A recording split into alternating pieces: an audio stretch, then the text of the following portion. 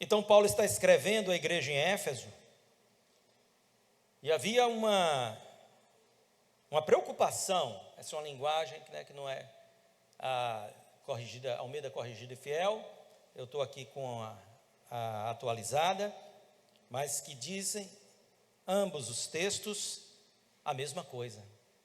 Há uma exortação de Paulo à igreja em Éfeso. Havia uma preocupação com a qualidade da vida cristã dos nossos irmãos ali. Ele estava preocupado com a qualidade da vida cristã dos nossos irmãos. Isso é muito importante. Ele estava pensando, e olha o que ele está dizendo aqui, ó. Ele escreve uma carta e ele ali, pelo Espírito, ele sente a necessidade. Isso aqui não está posto à toa. Nada do que foi escrito à toa. Todas as coisas, existe um porquê pelas quais foram escritas.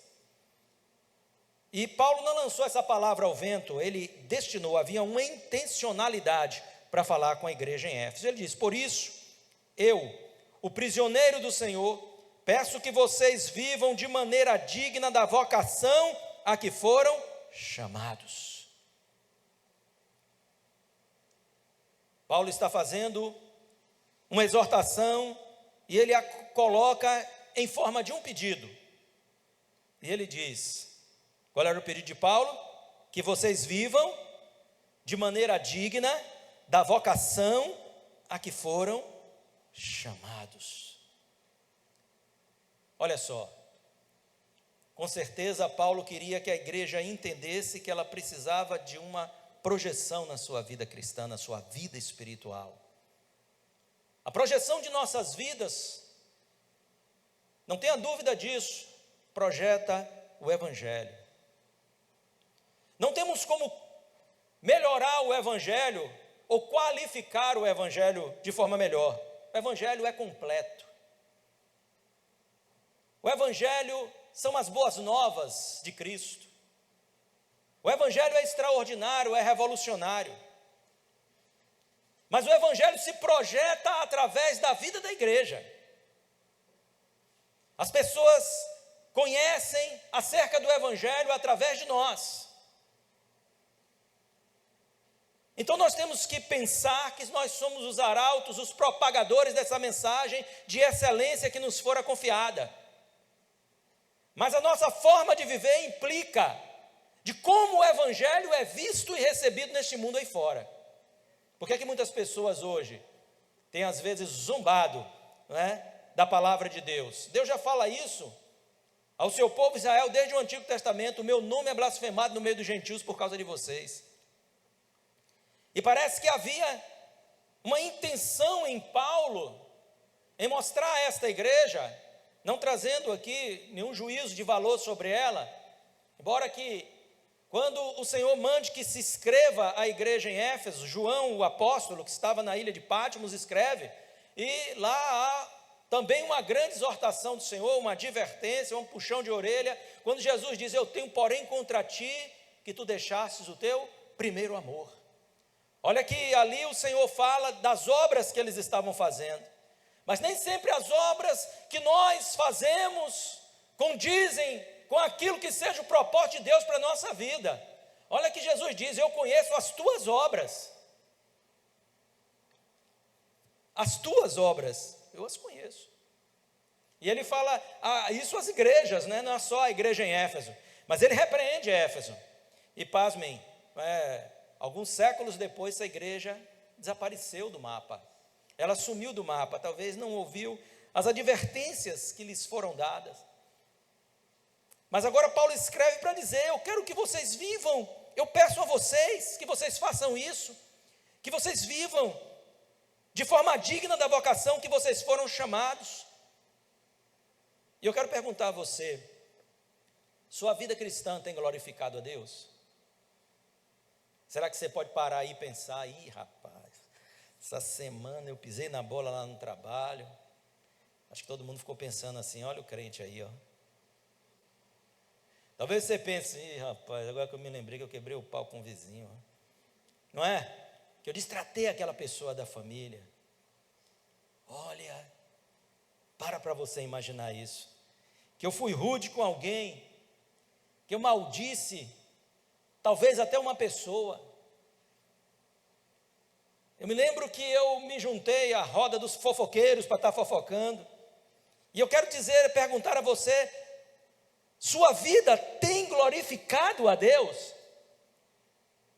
Todos nós precisamos, em todo o tempo, estar ouvindo essa exortação. Talvez esse pedido seja tão necessário nos dias de hoje. Vivam de maneira digna da vocação, do chamado que vocês receberam para o Evangelho. Isso é extraordinário. Você conhece aquela frase que às vezes é dita aí fora? Para ser crente igual a fulano, eu não quero ser. Eu acho que talvez, pelo menos alguém além de mim aqui já ouviu essa conversa aí fora, não é verdade? Para ser crente igual a fulano, não preciso ser, né? Isso é resultado de uma vida cristã rasteira, que apequena o Evangelho de Jesus Cristo. Não que o Evangelho seja pequeno, mas a projeção dele se dá quando nós temos uma vida que passa da realidade de uma vida rasteira, de uma vida comum, para uma vida extraordinária. E extraordinário, você não pensa que é algo do outro mundo. É apenas aquilo que não é ordinário, é apenas aquilo que não é rasteiro.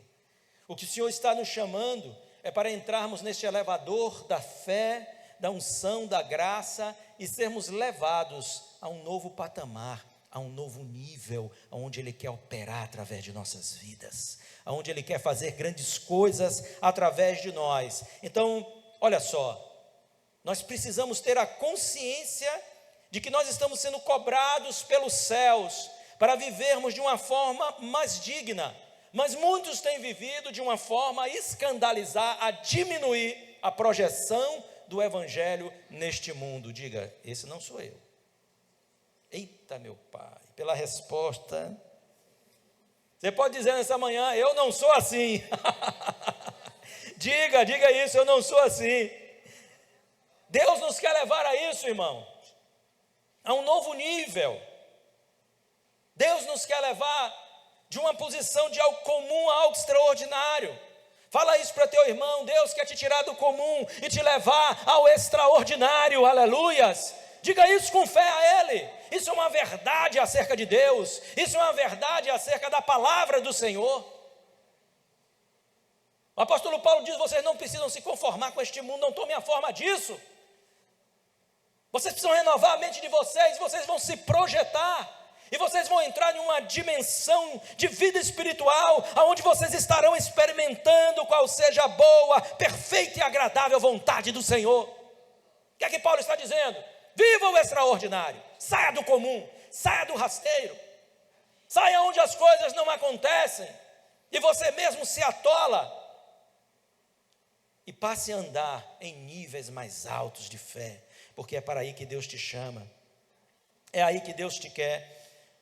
Esse Evangelho é algo tão sublime, tão extraordinário, que Paulo, aqui nesta mesma carta, no capítulo 3, verso 8, chama de o Evangelho das insondáveis riquezas de Cristo. Louvado seja o nome do Senhor. Olha aí, versículo 8, ó. A mim, o menor de todos os santos, foi dada esta graça de pregar aos gentios o Evangelho das insondáveis riquezas de Cristo. Você pode imaginar a grandeza daquilo que Paulo está revelando a nós? Coisas que são insondáveis do ponto de vista da percepção humana, são as riquezas que Cristo revela através do Evangelho, coisas que não podem ser compreendidas pela razão humana. Não existe lógica em muitas coisas que Deus faz, se você não crer que Ele é Deus. Você não pode imaginar que um Deus desceria da sua posição divina e morreria por pecadores, homens como nós, se você não entender a grandeza do amor de Deus. Mesmo que você possa não alcançar a dimensão deste amor, mas você sabe que é algo tão grande e tão sublime, que é maior do que todo sentimento que um dia você já teve em seu coração. Isso é o Evangelho. O Evangelho é a proposta divina para a salvação de todo aquele que crê. E através do Evangelho, Paulo fala nessa carta, não vamos ler todos os versículos e abordar todos os aspectos, mas Paulo fala que nós fomos reconciliados com Deus, e nós que antigamente éramos estrangeiros e peregrinos, uma vez alcançados pela graça mediante a fé, nós vamos nos tornar o quê? Família de Deus. Onde é que está a família de Deus aqui hoje de manhã? Chegou hoje aí? Não. Se você é a família de Deus, aqui está teu irmão, que eu também sou, não me exclua disso não, eu estou dentro e não saio jamais. É por isso que nós estamos aqui nesta manhã, porque somos família de Deus, não é verdade? E é os que Deus tem chamado, que talvez diga, poxa, eu ainda não abri no meu coração, não fiz uma decisão a Cristo. Quer dizer, não perca tempo. Se você está aqui, é porque o Espírito Santo já está trabalhando no seu coração. Além disso, este Evangelho nos torna morada do Espírito Santo. Efésios 1,13 diz que nós somos selados, o Espírito vem habitar em nós, nos sela, nos torna-se o selo da nossa redenção, o penhor da nossa redenção. Somos como cartas endereçadas a Deus. Jesus é como se Deus empenhou o seu Espírito e diz aqui, olha, isso aqui é minha propriedade, esse daqui e essa daqui são minhas propriedades, e eu estou empenhando meu Espírito aqui, mas eu venho buscar a minha propriedade. Então nós somos isso, nós somos propriedade particulares de Jesus, através do Evangelho que nos alcançou. Olha a sublimidade deste Evangelho, olha a sublimidade deste Evangelho. Esse Evangelho nos torna alvos das bênçãos de Deus. Capítulo 1, verso de número 3, toda sorte de bênçãos espirituais já nos foi manifestadas, reservadas, guardadas para nós, nas regiões celestiais, em Cristo Jesus, o nosso Senhor.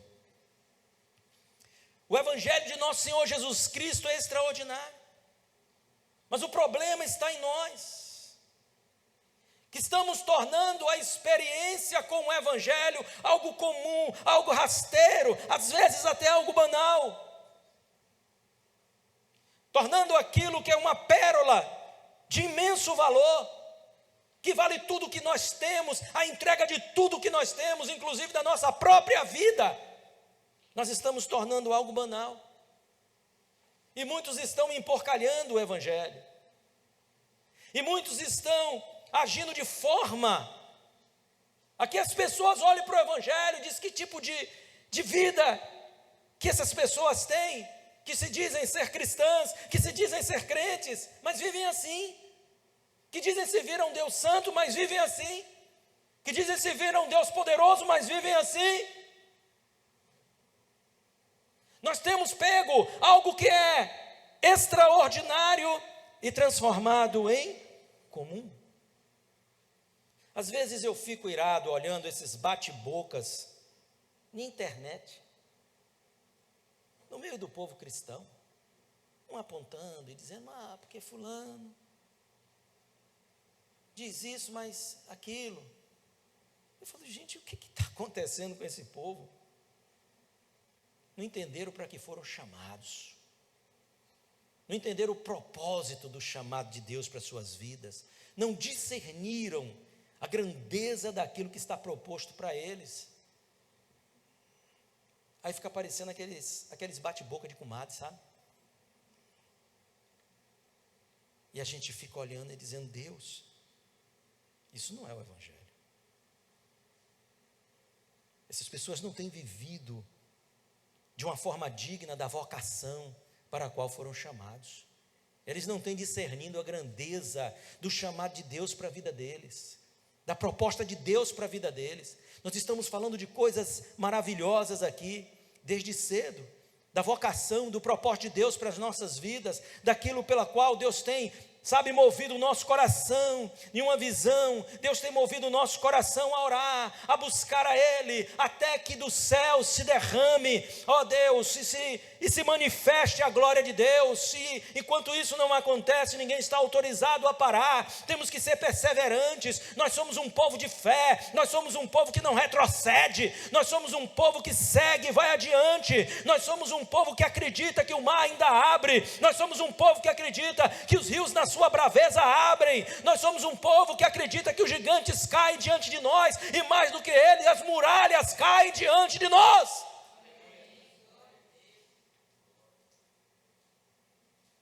E é assim que nós devemos viver, não uma vida comum e rasteira.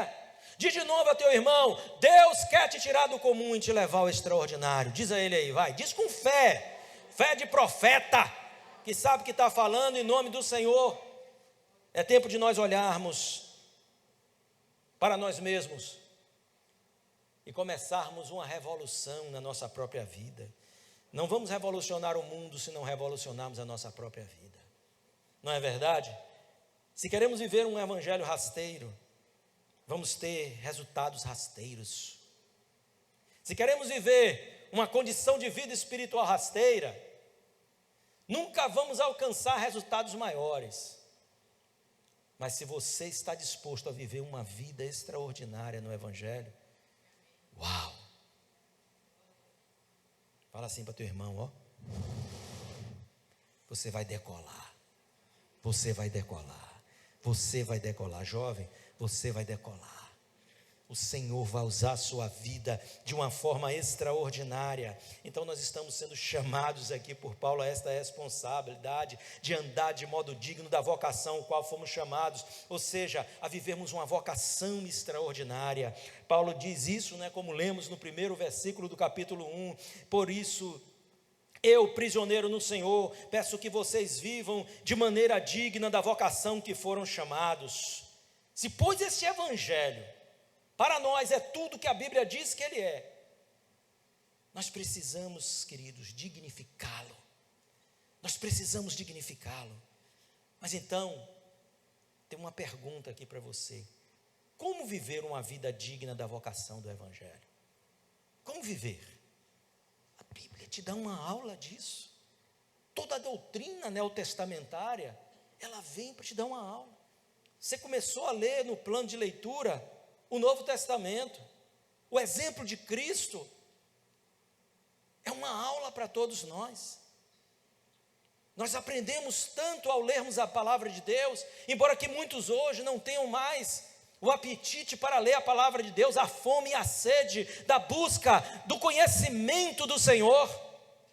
E muitas pessoas que estão passando os anos dentro da igreja, e a gente pergunta: você tem lido a Bíblia? De vez em quando eu pego lá e dou uma olhada, dou uma lida, mas não tem aquele compromisso diário de ler a Bíblia.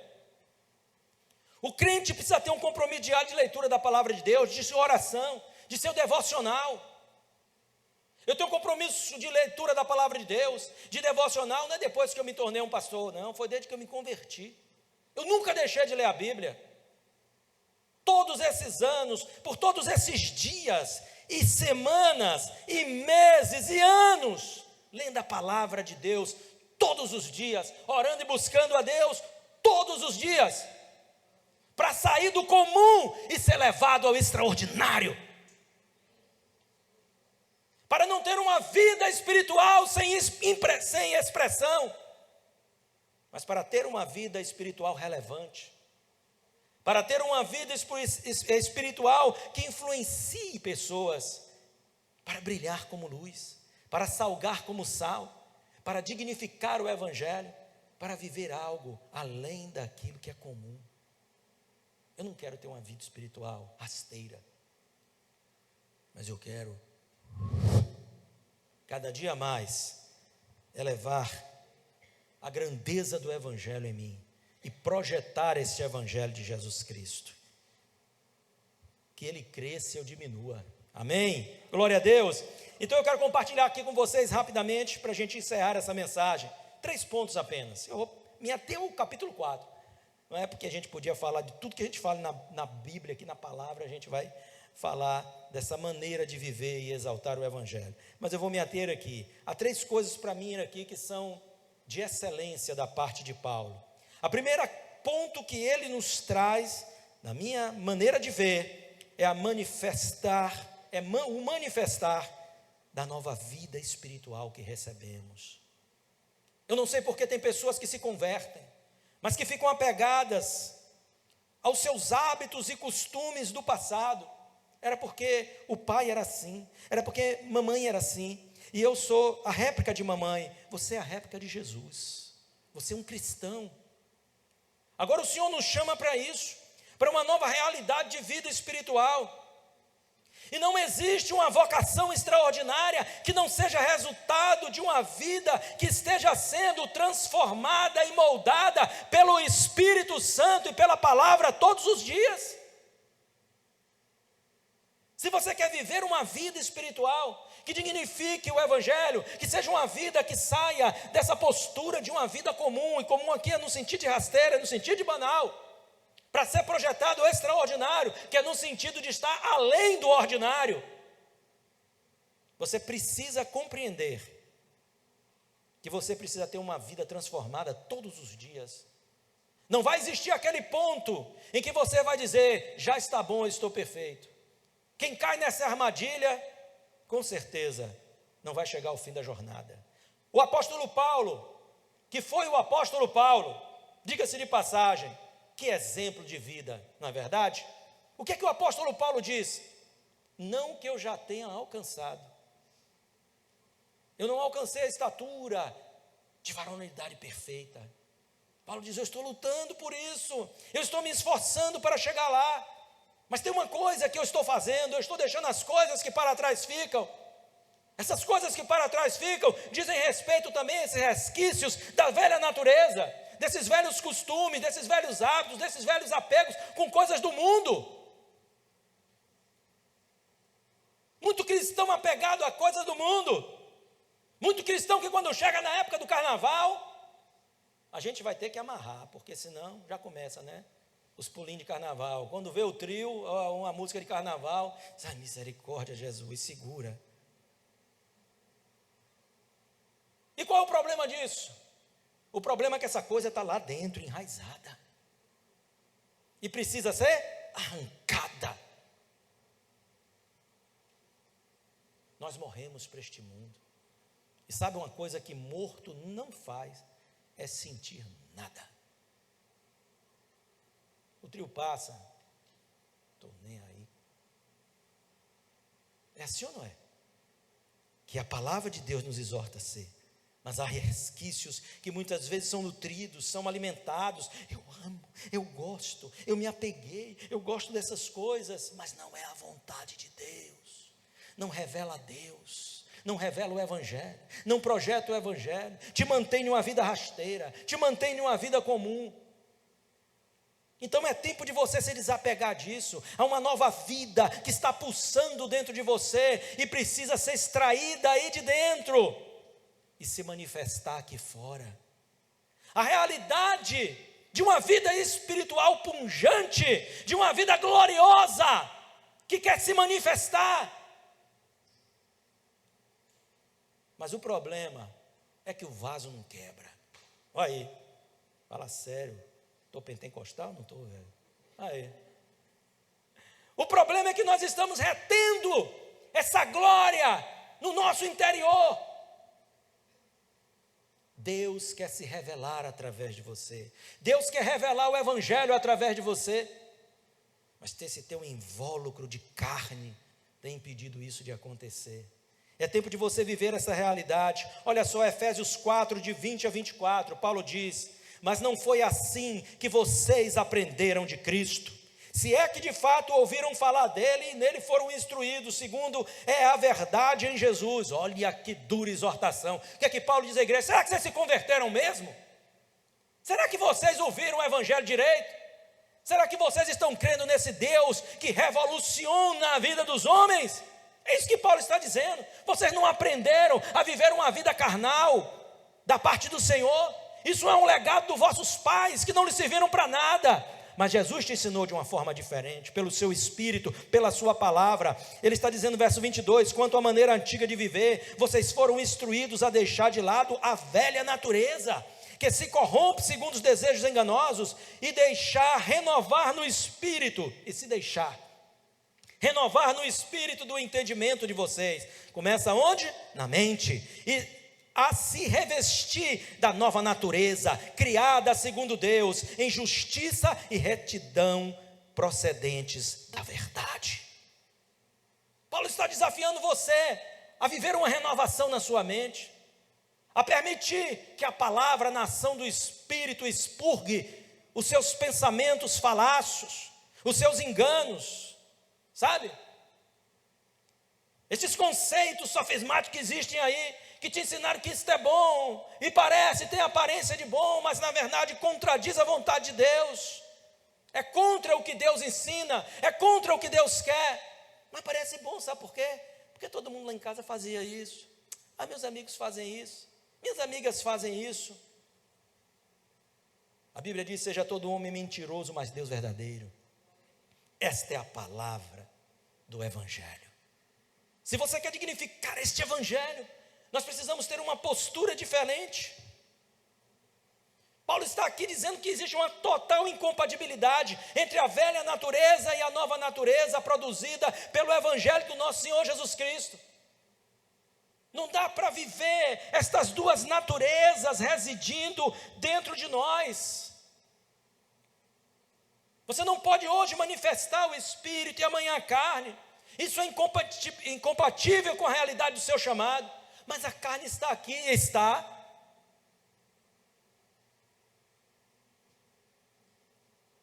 Mas a palavra de Deus diz que o Espírito Santo está te ajudando a lutar contra a tua carne e a vencê-la no poder da graça do nosso Senhor e Salvador Jesus Cristo. O Espírito luta contra a carne e a carne se insurge contra o Espírito, porque um não quer permitir a vontade do outro, mas nós precisamos alimentar, sabe, o Espírito em nós, buscando a sua presença, para que ele sempre prevaleça contra os inimigos da nossa natureza cristã.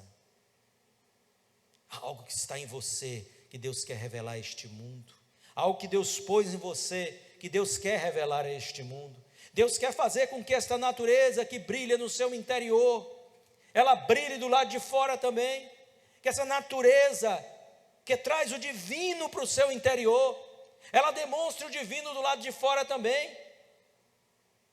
Nas suas palavras, nas suas ações, você possa revelar que você é alguém a quem Deus controla, que Deus está no comando da sua vida, e que você está aqui sujeito a Ele. Então o apóstolo diz que nós não podemos viver de acordo como vivem aqueles que não têm conhecimento da palavra de Deus, que rejeitam o Evangelho de Jesus Cristo. Não há compatibilidade. No capítulo 4 ainda, ele vai dizer que essas pessoas estão obscurecidas em seu entendimento, ou seja, elas não compreendem, elas não abrem a sua mente, elas não abrem o seu coração, não existe da parte delas um passo para dizer: eu quero compreender, Deus me esclarece isso, mas elas se mantêm obscurecidas por uma opção, porque amaram mais as trevas do que a luz, como diz a própria palavra do Senhor, porque optaram em viver a realidade de uma vida distante de Deus, amando mais o mundo presente do que o vindouro. Mas quanto a nós amamos a eternidade com o Senhor, amamos a sua presença, celebramos a sua presença aqui, e um dia celebraremos a sua presença diante da sua face, porque esta é a verdade do Evangelho. E essas pessoas continuam cometendo todo tipo de impureza. Nos versículos 17 a 20, Paulo vai falar sobre isso. Eu não vou ler esses versículos, mas você pode confirmar depois. Então o apóstolo Paulo diz: mas não foi assim que vocês aprenderam de Cristo. Vocês não aprenderam esta vã forma de viver a partir do Evangelho. Isso é legado que os seus pais, seus antepassados deixaram. Mas vocês são diferentes. Vocês são um povo de Deus, família de Deus, pessoas que nasceram de novo através da obra da graça, quando o Evangelho alcançou o coração de vocês. Então a primeira coisa, querido, que vai tirar você da experiência comum e levar a uma experiência extraordinária, é você viver esta nova vida intensamente, é você manifestar esta nova vida intensamente. O que é da nova vida não só permanece, mas seja nutrida. O que é da velha vida, seja arrancada. Não corta não, porque quando corta, tem perigo de voltar a crescer. Mas quando arranca, não cresce mais. Não cresce mais. Deixa Deus destruir tudo aquilo que é carnal em você, que não revela o poder do Evangelho, mas revela aquilo que era de uma velha natureza que foi destruída. O apóstolo Paulo, ele diz: não reconstrua aquilo que foi destruído em você. Escrevendo aos Gálatas, ele vai falar sobre isso. Então, o segundo ponto é, se o primeiro é a nova vida, o segundo é a comunidade, a comunhão com a comunidade. Ele vai falar que nós precisamos ter zelo da igreja de Jesus. Cá para nós, ninguém vai viver o extraordinário se não entendeu o valor da igreja de Jesus Cristo. Se não demonstra esse zelo, se não demonstra e não compreende o quanto é fundamental para a nossa vida e o nosso desenvolvimento, esta realidade de comunhão com a congregação de Cristo, de vida entre nós. Isso é fundamental para o teu desenvolvimento. Aqui que você desperta os seus dons e talentos, aqui que você é comissionado, porque Deus te prepara, Deus te chama, mas a igreja valida. Sabe por quê? Porque não existe legalidade quando você está desassociado do corpo de Cristo. Não existe. Você pode até ter o dom, mas você não tem a legalidade de agir. O dom vem para equipar ministérios, diz o apóstolo Paulo. E você desenvolve o seu ministério a partir do corpo, e não longe, fora dele. Tem muitos bonitinhos por aí, né? Como diz aí nos memes, uns amostradinhos, que acha que pode viver o evangelho fora da presença de Deus, que acha que fora do corpo de Cristo, melhor colocando, acha que pode, não tem nada não. Eu sou crente aqui em casa. Fala do amor de Cristo, fala, beleza, só se for para o espelho, né? Que tipo de vida espiritual é essa, que não condiz com a realidade do Evangelho? Mas preste bem atenção, ele está dizendo aqui, algo muito, muito importante, no versículo 3 do capítulo 4, ele diz a esta igreja, que eles deviam fazer de tudo, para preservar a unidade do Espírito no vínculo da paz. Isso é entendimento de corpo. Façam de tudo, preste bem atenção. Ele não está dizendo aqui, faz qualquer coisinha aí para vocês ajudarem nisso. Ele está dizendo aqui, façam de tudo para preservar a unidade do Espírito no vínculo da paz. Será que você está fazendo de tudo em prol de preservar essa unidade? Será que você está fazendo de tudo para que a igreja se mantenha unida? Quem não ama, não zela, não se interessa, não luta pela igreja, que é a comunidade cristã. Não estou falando de paredes, eu não estou falando de CNPJ, eu estou falando da comunidade cristã. Ou nunca foi tocado pelo Evangelho, ou não abraçou a vocação que o Senhor nos propõe. Das duas, uma. Esses crentes por aí, que vivem de forma desigrejada, ou nunca se converteram, ou nunca entenderam o propósito de Deus para a vida deles. Nunca entenderam isso. Porque uma das coisas que mais nos enraiza no Evangelho é congregar. Às vezes a pessoa fica meia boca na leitura da palavra, está orando pouco, mas domingo ela vem para a igreja. Que ela sente a necessidade, ela sabe que ela precisa, ela sabe que isso é necessário, ela sabe que o Senhor está chamando, está levando você, e ela sabe que ela precisa disso. Sabe por quê? Porque existe um vínculo que mantém você junto, que mantém você por perto, que mantém você ligado. Aí alguém diz: eu não quero mais fazer parte disso. Há uma ruptura, um rompimento neste vínculo.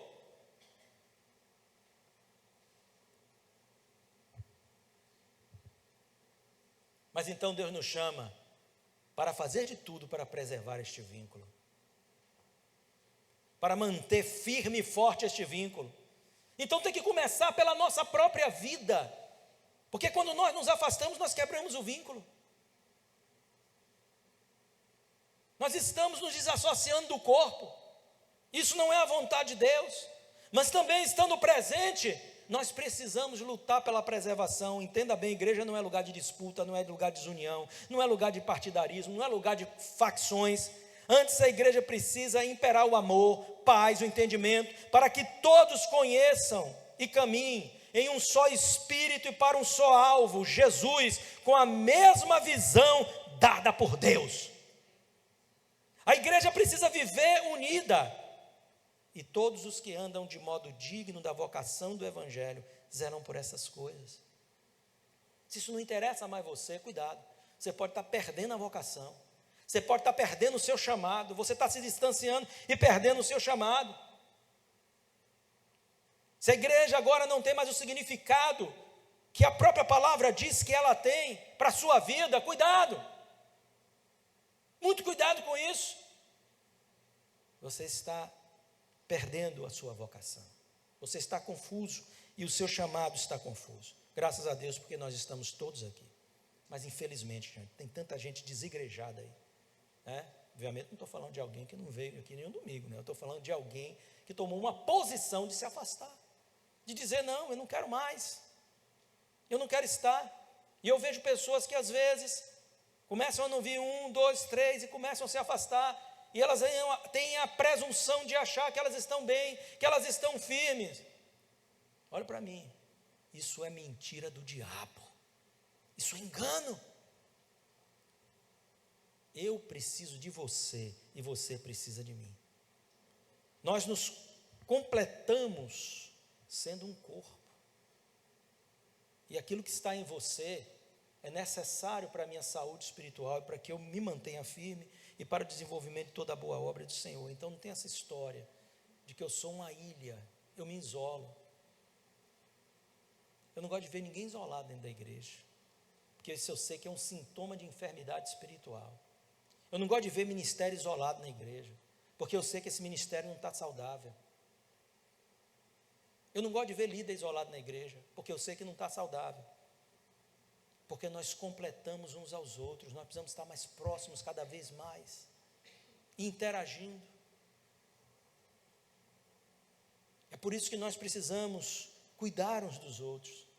Isso ajuda a manter o vínculo entre nós. E por fim, vou terminar aqui. Um terceiro ponto. Como é que a gente dignifica esta vocação? Como é que a gente sai de uma condição comum para uma condição extraordinária? Quando a gente coopera com o propósito que Deus tem para a igreja. E qual é o propósito de Deus? Que nós cresçamos em tudo, diz a sua palavra. Uma vocação extraordinária nos levará a uma vida de dedicação ao propósito do crescimento da obra de Deus. Com certeza, queridos. Crente de braço cruzado não está fazendo a obra do Senhor. Não quero aqui dizer se você tem maior conhecimento, menor conhecimento, se você está com a vida espiritual assim ou assado. Mas não é a situação que Deus quer. Sabe por quê? Porque Deus investiu em você. E a pergunta é, isso aqui é Bíblia, onde está o seu talento? Cadê o seu talento? Cadê o seu talento? Está no bolso? Está na gaveta lá em casa?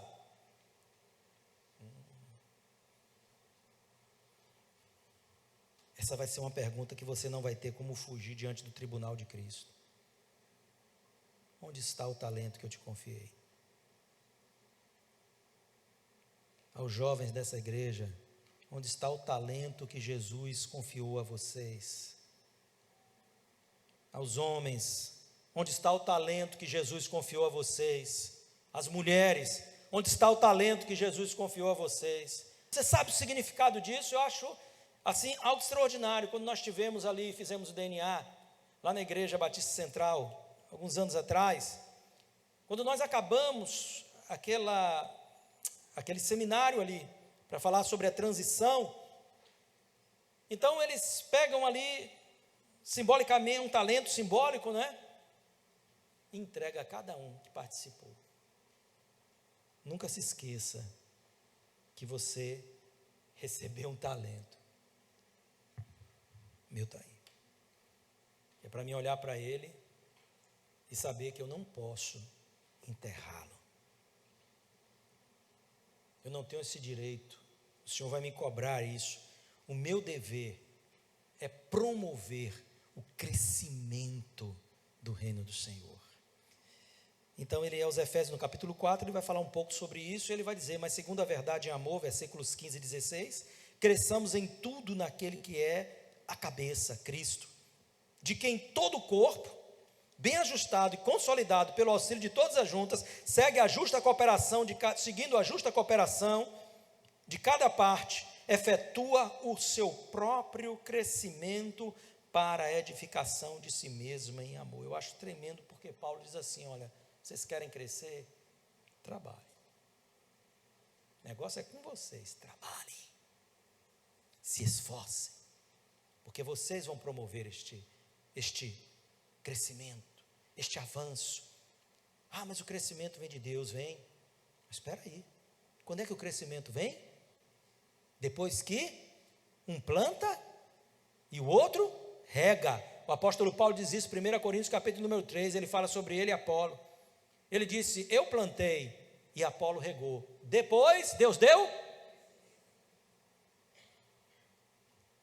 Mas tem gente que quer viver, sabe, aquela ideia do bom baiano deitado numa bela rede, dizendo: Deus vai dar a vitória.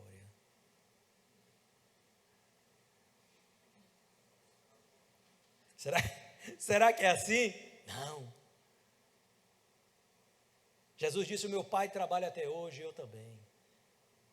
São os esforços que levam à vitória, as perseveranças e os esforços que nos levam à vitória. Então nós precisamos estar unidos neste propósito. Jesus tem um chamado e um desafio para nós, de sermos testemunhas da sua obra e anunciar o Evangelho. Cabe a nós cumprir a vocação dele em nossas vidas e sermos achados como servos fiéis. Cabe a nós desenvolver os talentos que o Senhor nos confiou. A gente tem que produzir na fazenda de Deus. O Senhor nos deu, e aqui vem aquela visão daqueles talentos sendo dados ali. E Jesus disse: eu peguei aqui, talentos era o quê? Era dinheiro, assim, você entender do que é que ele está falando aqui. Ele disse assim: olha, tanto aqui na sua mão tem um aqui, tem 3 aqui, tem 5 ali, vai. Agora vocês vão granjear isso aí. Mas isso ele queria explicar, que ele espera de nós que aquilo que nos foi dado seja multiplicado. Por isso nós temos desafiado essa igreja a ser uma igreja de visão multiplicadora, porque assim nós cumpriremos o chamado de Cristo para o crescimento da igreja, para o avanço da igreja, para o avanço do reino, para o avanço da obra do Senhor. E todos nós precisamos considerar de uma maneira muito séria a exortação que nos está sendo trazida nesta manhã pelo apóstolo Paulo. Vivam de forma digna da vocação que vocês foram chamados. Um tempo em que as pessoas brincam de ser crentes, e que o diabo está destruindo tantas vidas, Deus está chamando você para ser um instrumento nas mãos dele, para levar o evangelho dele, projetar o evangelho dele neste mundo afora onde você estiver. Por que muitas pessoas têm tanta inibição para pregar o evangelho? Isso não diz respeito muitas vezes a intimidação que você está vivendo diante dessas pessoas aí fora. Mas eu quero que você se lembre que maior que está contido que aquele que está no mundo. Você vai prevalecer em sabedoria e em graça diante dessas pessoas, porque você é um porta-voz de Jesus. Você é um anunciador de boas novas. Não tenha medo de pregar o evangelho onde quer que você esteja. Não se deixe intimidar por colegas de trabalho, por colegas de escola, por familiares, por vizinhos. Não, fala do amor de Cristo, viva o amor de Cristo, e as vidas deles serão impactadas. É isso que o Senhor espera. A igreja que vê o evangelho como ele está proposto, não pode ver o escasso e nem o comum. Nós temos que ver a abundância e aquilo que é extraordinário. Deus nos quer tirar do comum e nos levar ao extraordinário. que você nessa manhã possa receber essa palavra no seu coração. Amém? Amém? Vamos nos colocar em pé, vamos fazer uma oração.